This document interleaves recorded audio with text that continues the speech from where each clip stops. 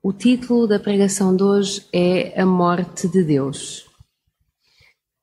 E agora? O que é que eu falo sobre isto?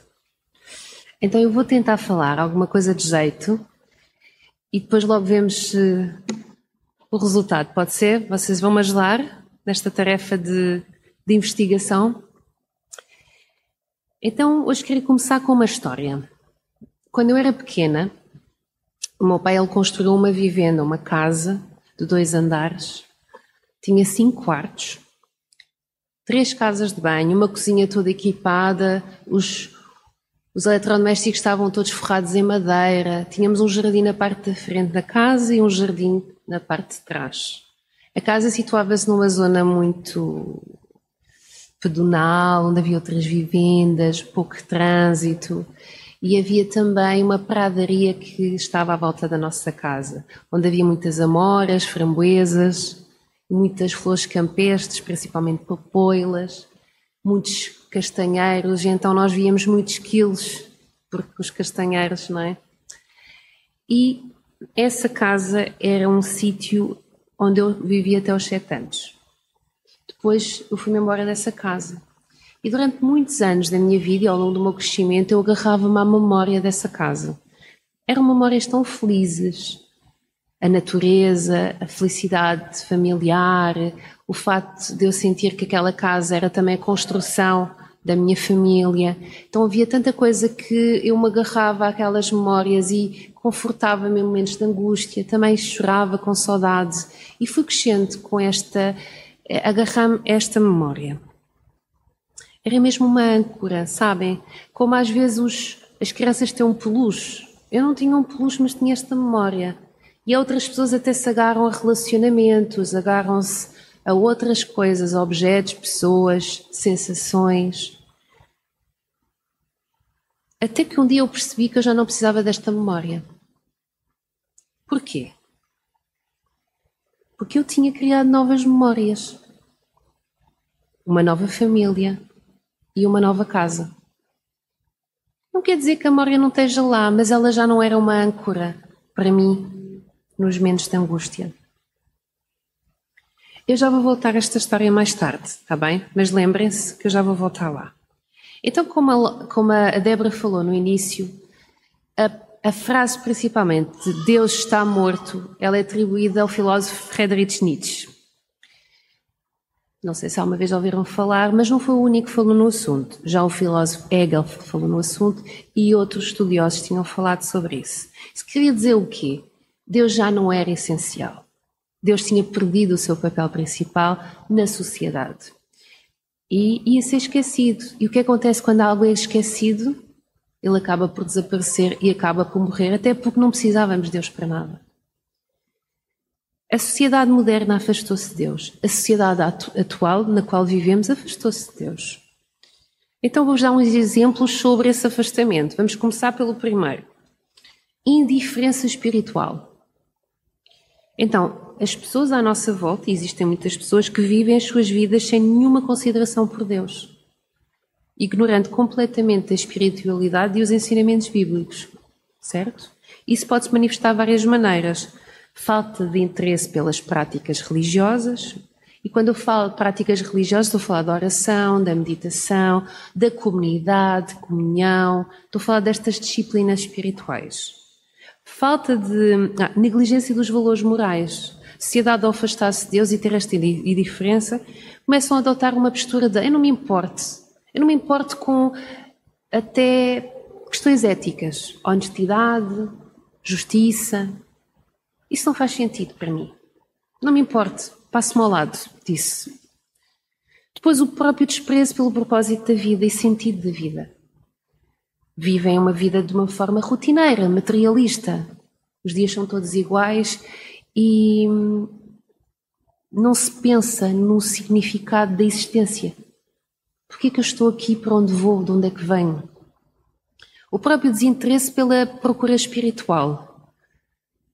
Não se interessam em explorar questões filosóficas, como estava a dizer, nem espirituais, porque é uma falta de tempo. Não é? As perguntas não têm resposta, não sabemos o que estamos aqui a fazer. Não vale a pena pensar nisso. Falta de tempo. Também uma falta de empatia com as questões espirituais que os outros tenham. Depois, como nós não pensamos nelas, também não temos empatia pelo outro. Então há uma falta de interesse nas dúvidas que os outros possam ter e nas experiências também espirituais dos outros. Partindo do pressuposto de que há um desprezo para com as práticas espirituais dos outros. Depois, uma rejeição passiva da espiritualidade, em que as pessoas não estão a rejeitar a espiritualidade de uma forma ativa, mas não estão completamente indiferentes. Tu acreditas no que quiseres e tal. Tudo é irrelevante. Tudo é relevante. Um bocadinho aqui faz-me lembrar Ricardo Reis, quem estudou Ricardo Reis, um dos heterónimos do Fernando Pessoa, em que tudo era vago, não havia qualquer propósito, não valia a pena. Não há importância nas coisas nem na vida. Outro dos grandes motivos, além da indiferença espiritual, é o secularismo e o relativismo. A crescente tendência de ver todas as crenças como iguais. São todas iguais, são todas válidas. E irrelevantes ao mesmo tempo, levando a ideia que Deus não tem mais um papel principal, nem central na vida das pessoas. Outro dos motivos que levou a este afastamento da sociedade moderna de Deus é o problema do sofrimento.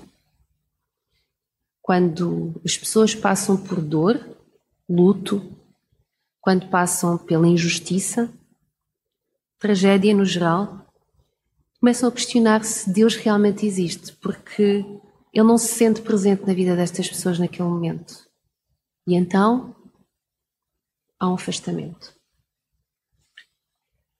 Somando isto tudo, o resultado tem sido uma sensação de vazio, desespero, falta de propósito e uma busca incessante por sentido em coisas materiais e temporárias. A sociedade tem um vazio que não está a conseguir preencher. E agora? O que é que a Bíblia diz sobre isto? 3 coisas importantes que nós nunca podemos esquecer sobre o nosso Deus, para contrapor também esta indiferença espiritual. Primeiro, Deus é eterno e é soberano. Não é algo fácil de compreender, atenção. Não há um início, meio e fim para Deus. Esta inatingibilidade e tangibilidade, não é? Esta noção do eterno é muito difícil de perceber, pelo menos para nós que somos mortais. Então nós fomos feitos com uma noção daquilo que nós vemos, mas nós tentamos replicar isto quando tentamos compreender a Deus, o que não pode ser porque Deus não é igual a nós. Ele é soberano, é muito mais além de.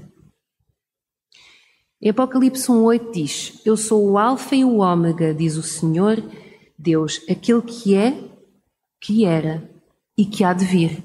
Sou Todo-Poderoso. O segundo contraponto que eu quero fazer é que Deus, Ele está vivo, sim. Mas não só vivo, Ele está ativo. Salmos 121:3 diz: Ele não te deixará cair. Aquele que te protege está sempre alerta. Aquele que protege Israel não dorme. Está sempre alerta. É o Senhor que te protege e está ao teu lado para te guardar. Não só Ele está vivo, como Ele está alerta.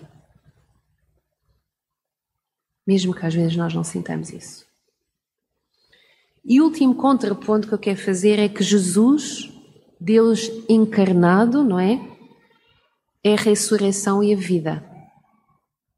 Em João 11:25 diz: Jesus então declarou-lhe: Eu sou a ressurreição e a vida. O que crê em mim, mesmo que morra, há de viver. E todo aquele que está vivo e crê em mim, nunca mais há de morrer. Então vou repetir. Deus é eterno e soberano. Deus está vivo e ativo. E Jesus é a ressurreição e a vida.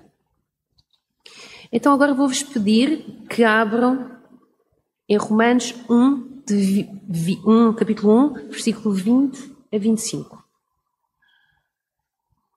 E quando tiverem as Bíblias abertas, digam: pronto, não estou a brincar. Então, Romanos 1, versículo 20 a 25. Posso? Estamos todos prontos? Somos muitos. Então o texto diz o seguinte: De facto, Desde a criação do mundo, Deus, que é invisível, mostrou claramente o seu poder eterno e a sua divindade nas suas obras. Por isso, não tem desculpa. Eles sabiam que Deus existe, mas não o adoraram, nem lhe deram graças como é devido. Pelo contrário, os seus raciocínios tornaram-se vazios e os seus corações insensatos e perderam-se na escuridão. Dizem-se sábios, mas não têm juízo. Em vez de darem glória ao Deus imortal, adoraram imagens do homem mortal e até adoraram imagens de aves, serpentes e outros animais. Por isso Deus abandonou-os às paixões dos seus corações e caíram em ações vergonhosas, desonrando os seus próprios corpos. Eles trocaram o verdadeiro conhecimento de Deus pela mentira. Adoraram e serviram coisas criadas, em vez de adorarem e servirem o próprio Criador. Ele que deve ser adorado eternamente. Amém. Até aqui a palavra do Senhor. Então vamos esmiuçar este texto. Eu costumo dizer que o livro de Romanos, podíamos estudá-lo durante uns 10 anos e mesmo assim não sei se íamos conseguir tirar o sumo todo. Não sei se vocês sabem, provavelmente sabem, grandes pensadores e reformadores da Igreja, foi em Romanos que eles tiveram o seu grande impacto. Como Agostinho, Martinho Lutero, John Wesley. Eles foram contactados com esta verdade. O Deus invisível, aquele que não vemos, ele é revelado pelo meio do instrumento visível da criação e da sua providência. Isto é um facto e isto não está escondido, está à frente de toda a gente. É claro. Apóstolo Paulo diz que é claro. Isto porquê? Porque está na natureza, está na perfeição dessa mesma criação, está em nós, fruto, porque nós somos criação de Deus e só não vemos se não quisermos. Quando estava a preparar-me para pregar, estava a pensar coisas que podem existir na natureza que provem esta perfeição. E há tantas. Vocês sabem que é exatamente a percentagem perfeita de oxigênio que há na atmosfera? Se não me engano é 21%. Mais um bocadinho e havia incêndios por combustão instantânea no país inteiro, no planeta inteiro. Um bocadinho menos e não conseguíamos sobreviver por nós próprios a respirar, precisávamos de apoio. Até nos pormenores, não é? Como também nas grandes coisas, como é o ciclo da vida, a concepção, o ADN de um homem e de uma mulher, aquelas células vão produzir vida. Essa perfeição que vem de um óvulo, na sua fecundação, que se transforma em ossos, em músculos, em órgãos, mas muito mais do que isso, está lá a personalidade dos pais, está lá a marca da família. Isto é extraordinário. Isto é prova divina de algo que é real. Deus é real. É só olhar. Paulo enfatiza que a humanidade tem a oportunidade de conhecer a Deus através da revelação geral, esta revelação geral que está em todo lado. E que essa revelação é que produz o conhecimento real. Não é? Para conhecermos realmente a Deus, temos que conhecer a sua revelação. Apesar disso, o homem prefere recusar aquilo que intrinsecamente saber ser verdadeiro. Está lá, nasce com o próprio ser humano. Nós temos a convicção de Deus aqui dentro, que Ele existe, mas nós recusamos, afastamos essa convicção. Apesar de ela estar lá dentro, afastamos de Deus e recusamos honrar a Deus. E esta recusa leva a uma frustração e a um vazio. Paulo diz que isto leva à escuridão. Então esta arrogância intelectual manifesta um senso de valor invertido. A adoração a Deus é trocada pela devoção a ídolos. inventados pelos homens. Porque o ser humano tem uma necessidade de adorar. Ele foi criado para adorar a Deus. E essa necessidade fica lá. Mesmo que não adore a Deus, tem que adorar outra coisa qualquer. Porque está lá a necessidade. O instinto humano de adorar a Deus é pervertido e é direcionado ao objeto errado. E só estou a falar daquilo que a gente leu antes. É o texto, é o que está lá. Assim, ao trocarem o verdadeiro conhecimento pela mentira, o ser humano tornou-se adorador de quem? De si próprio. Das suas vontades. Daquilo que quer fazer, daquilo que gosta, daquilo que lhe sabe bem no momento.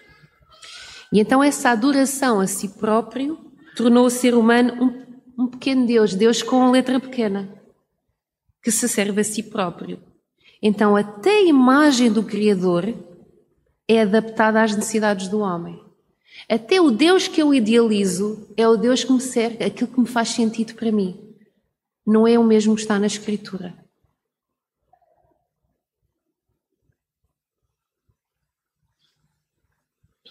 Então, a série acaba hoje, verdadeiro ou falso. Então eu vou-vos pedir para fazermos uma escolha. E eu estou-vos a dizer aquilo que eu acho que é a verdade, não é? Mas a escolha é nossa, é vossa. E vou-vos pedir para se puderem apontar as perguntas que eu vou-vos fazer. E depois poderem meditar durante a semana, ou nas férias, ou nos próximos tempos. A primeira pergunta é: estás a viver uma vida como se Deus estivesse vivo ou morto? Eu vou repetir. Estás a viver uma vida como se Deus estivesse vivo ou morto?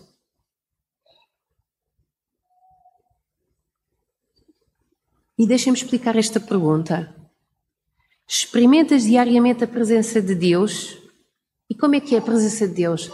Ela está em todo lado, está no afecto dos outros, nos sussurros da natureza. Ela está na paz que sentimos no meio do sofrimento, na alegria nos momentos de aflição, na vida abundante, mesmo na escassez. A presença de Deus está lá. Ou então este Deus que tu serves só se revela através do sucesso e de uma vida sem dor. Então a primeira pergunta continua a ser a mesma. Estás a viver uma vida como se Deus estivesse morto ou vivo? Segunda pergunta.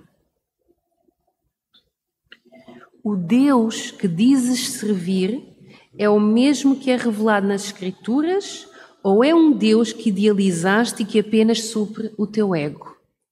Vou repetir. O Deus que dizes servir é o mesmo que é revelado nas Escrituras ou é um Deus que idealizaste e que apenas supre o teu ego? E posso explicar outra vez também esta pergunta. Nós somos capazes de mudar a ideia que temos de Deus quando somos confrontados com o texto bíblico que nos diz o contrário? Somos capazes de pôr em causa também coisas que nos foram ensinadas desde pequenos, quando são confrontadas com o texto? Este Deus que nos ensinaram é um Deus que evita-nos o sofrimento, por exemplo, como muitos de nós recebemos esse ensino? É um Deus que te serve a ti? Isso é a terceira pergunta. Serves a Deus ou serves-te a ti? Terceira pergunta. Serves a Deus ou serves-te a ti?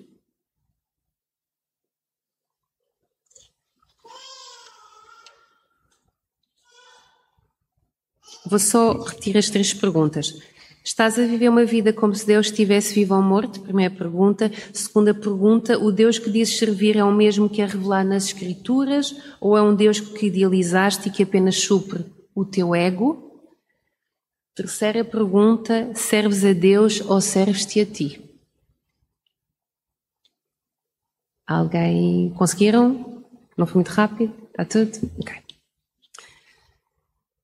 Então hoje Deus faz-te um convite para a tua fé ser renovada, para experimentares este Deus de uma forma nova. Deus está vivo. O convite é para renovares a tua confiança nele, mesmo nas circunstâncias que possas estar a viver. Então, voltemos a esta casa. Deus não é a memória de uma casa para te segurares em determinados momentos e depois dispensares para quando não precisas dele. Deus não é um peluche para te agarrares e depois o dispensares quando já te sentes autossuficiente.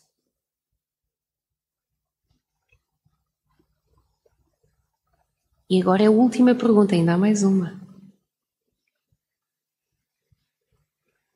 Acreditas que Deus está morto?